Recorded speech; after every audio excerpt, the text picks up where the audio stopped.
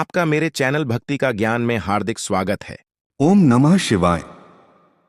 कर्पूर गौरम करुणावतारम संसार सारम भुजगेंद्र हारम सदा बसंतम हृदयारविंदे भवम भवानी सहितम नमामि।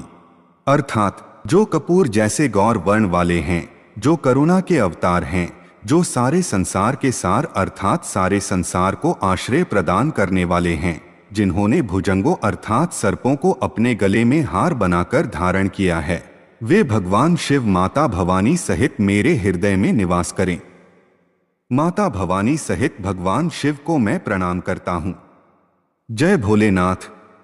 आज हम पौराणिक कथा के माध्यम से जानकारी देने का प्रयास करेंगे कि सावन के महीने में भगवान शिव की पूजा क्यों की जाती है और इसका क्या महत्व है।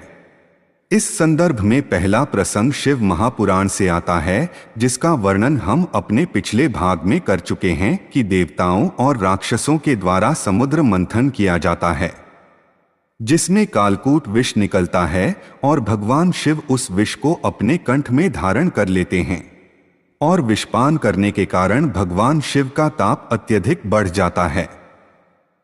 तब इंद्रदेव भगवान शिव पर जल की वर्षा करते हैं और भगवान शिव का ताप ठंडा हो जाता है। यह सावन का ही महीना होता है जब इंद्रदेव भगवान शिव पर जल वर्षाते हैं। भगवान शिव देवराज इंद्र पर अति प्रसन्न होते हैं और उन्हें आशीर्वाद देते हैं। फिर भगवान शिव देवराज इंद्र से कहते हैं कि तुमने इस सावन के महीने में मुझ पर जल वर्षा कर मुझे शीतलता प्रदान की है, सो आज से यह पावन महीना मेरे लिए अति प्रिय हो गया है।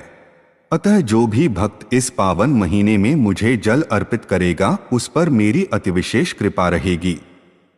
सो तभी से सावन के महीने में भगवान शिव की विशेष पूजा की जाती है।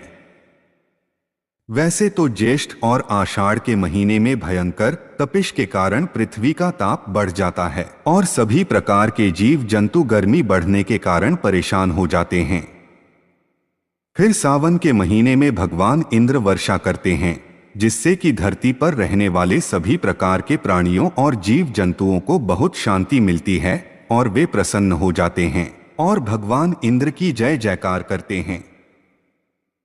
कहते हैं कि सावन के महीने में भगवान शिव माता पार्वती के साथ विचरण करने के लिए पृथ्वी पर आते हैं और इसी समय भक्तों को भी उनकी पूजा करने का अवसर मिल जाता है।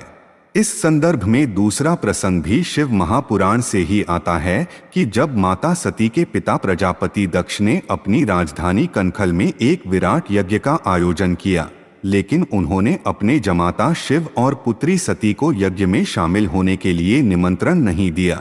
लेकिन फिर भी माता सती भगवान शिव से अपने पिता प्रजापति दक्ष के यज्ञ में शामिल होने की जिद करती हैं और शिवजी के काफी समझाने के बाद भी सती अपने पिता के उस यज्ञ में बिना बुलाए ही चली जाती हैं। जब सती यज्ञस्थल में पहुंची तो दक्ष प्रजापति ने शिवजी की घोर निंदा की और अपमान भरे शब्द कहे।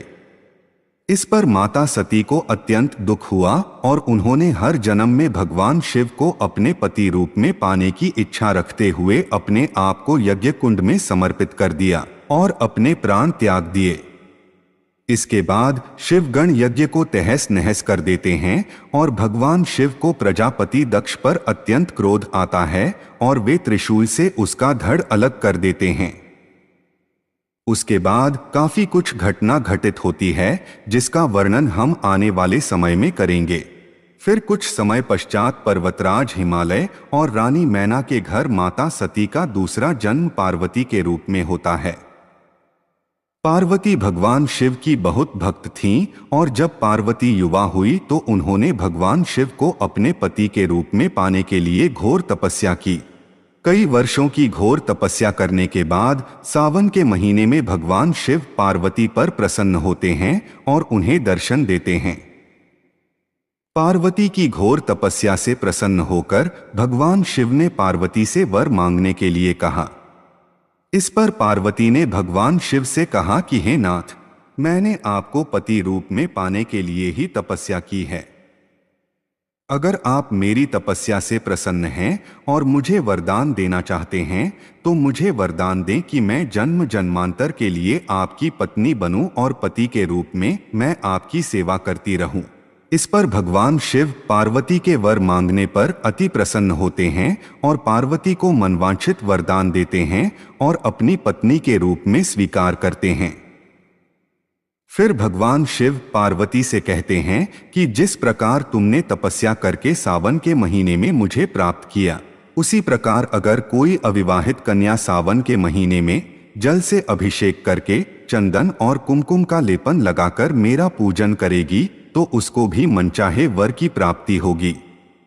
तभी से अविवाहित युवतियां सावन के महीने में उपवास रखकर शिवलिंग पर दूध और जल चढ़ाकर चंदन और कुमकुम का लेप लगाकर भगवान शिव की पूजा करती हैं, जिससे भगवान शिव अति प्रसन्न होते हैं और उन्हें मनचाहा वर देकर उनकी मनोकामना पूरी करते हैं।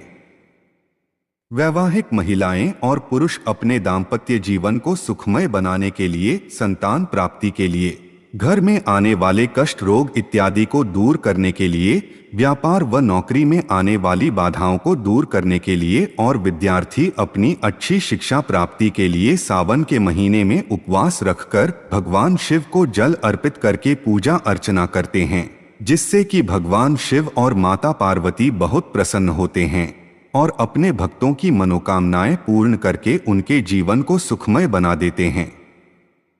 अगर आपको ये वीडियो अच्छी लगी हो तो लाइक करें और शेयर करें और मेरे चैनल भक्ति का ज्ञान को सब्सक्राइब करें। आपका धन्यवाद।